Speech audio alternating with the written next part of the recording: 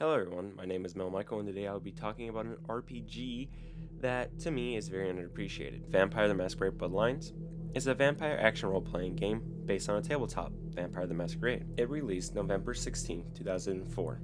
The game competed against other big household names, and due to that fact, it suffered. The game takes place in the modern time of 2004 in Los Angeles. You visit places like Santa Monica in the downtown area and even Hollywood. Set in the world of darkness, a universe like our own, but slightly more depressing, if that's kind of even possible. A universe where vampires, werewolves, ghosts, and etc. actually do exist. The game puts you in the shoes of someone who is just recently turned. The player will choose which vampire clan they are from. This determines their vampiric powers.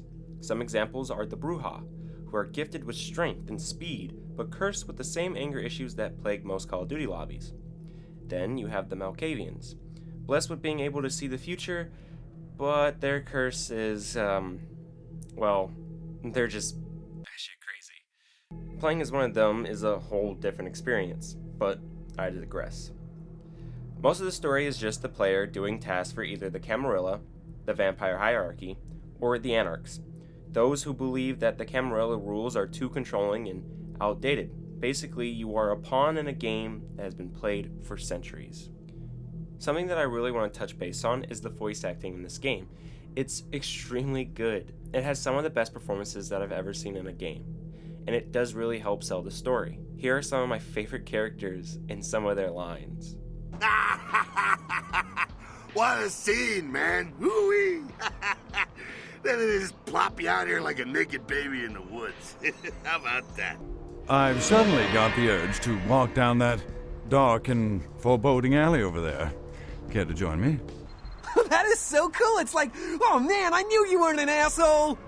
Okay, now to touch on the biggest part of the game. Obviously, the actual gameplay. Now, it is an RPG, so you, the player, will make choices that will affect the story and the overall game world. The game is mostly first person, but has options for third person. The melee combat is strictly in third person, and the gunplay is strictly in first person. However, I do not recommend building and having a character with the intention of playing this as a first person shooter, as the gunplay is kind of terrible. It's honestly really bad. And the melee combat is way more satisfying. Another thing, the vampiric powers are really good. Each clan, like I said earlier, has unique powers. The biggest thing to keep in mind is also the player will have to actually make sure that they are drinking blood. You're a vampire. You have to drink blood to be able to use your abilities, but also make sure that you are not violating the masquerade. What's the masquerade?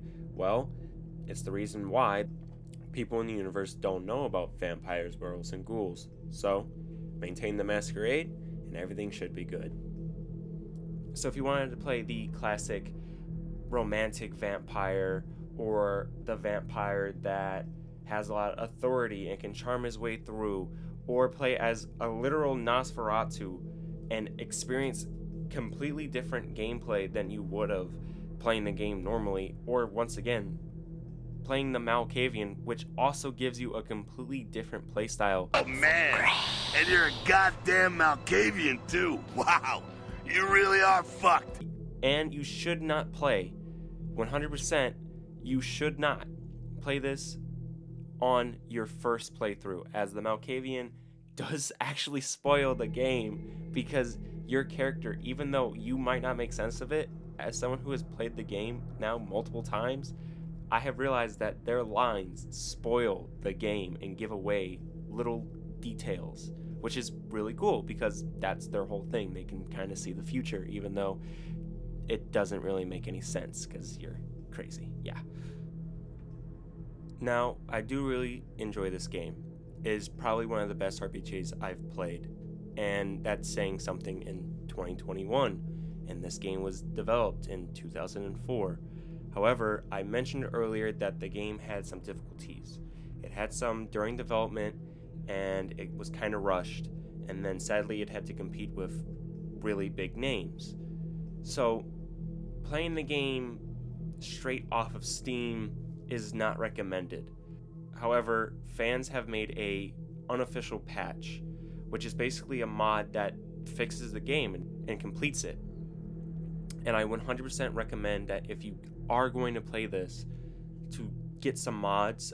In my gameplay that I have recorded, I am playing on the unofficial patch, and I do have some mods to make the game look slightly better.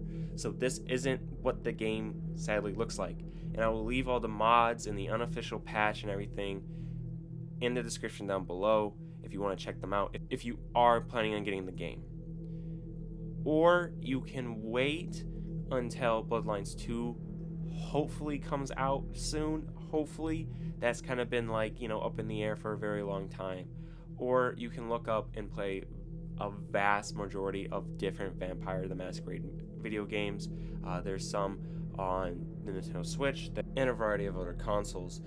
So this was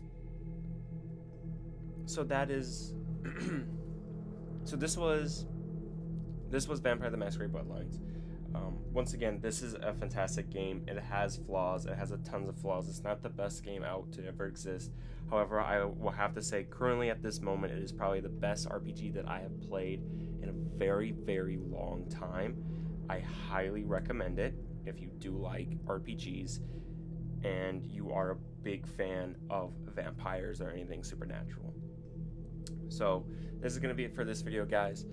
Thank you for watching. If you did enjoy, make sure to hit that like button and maybe hit that subscribe button as well to see more of my content when it releases. And I will catch you guys later.